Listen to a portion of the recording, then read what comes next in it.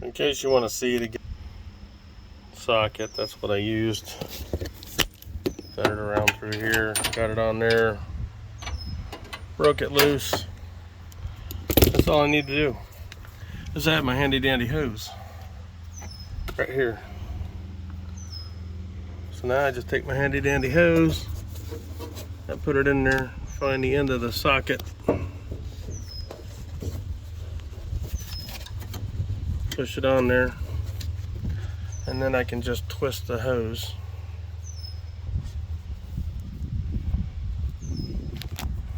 Since I'm right-handed, I should use my right hand, right?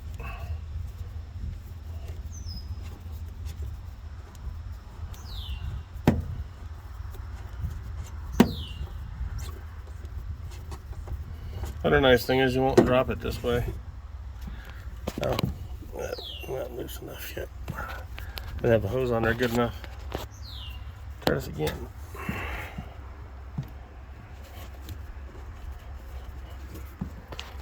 Anyway.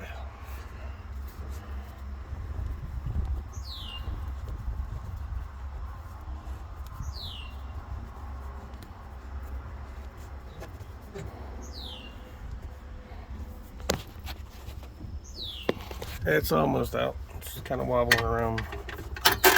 And there you go. Pulls it right out for me. Ta-da.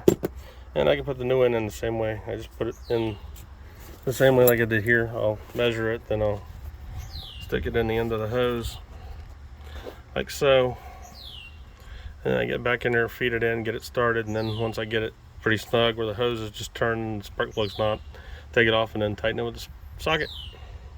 That's it. Hose is very handy for this kind of stuff. I'll talk to you later. Bye.